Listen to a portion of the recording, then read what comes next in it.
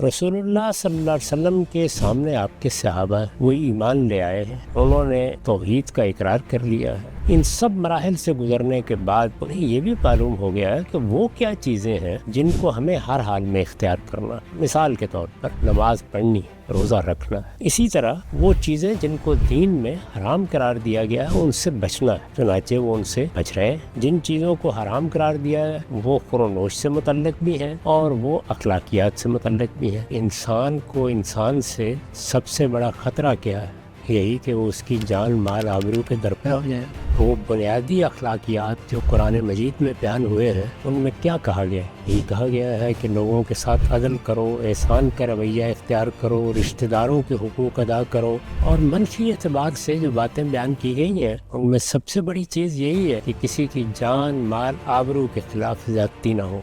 मेरे जो कुछ भी ताल्लुकात पैदा होंगे उन्हीं के नतीजे में बाज़ रवैये वजूद में आएंगे। वो रवैये अच्छे भी हो सकते हैं और रवैये बुरे भी हो सकते हैं। अच्छे रवैये हैं जिनको हम फ़ज़ाइल अखलाक कहते हैं, बुरे रवैये हैं जिनको हम रज़ाइल अखलाक कहते हैं। अखलाक की तत्हीर या अखलाक की पाकीज़गी सबसे ज़्यादा हमारे दीन में मतलूब है। हमारे पैगम्बर ने भी यही फरमाया है कि मैं तो लोगों को ये बताने के लिए भेजा गया हूँ कि वो अपने अखलाक को आला मरातिब तक कैसे पहुँचाएं। जो उत्तम मकारिम अल अखलाक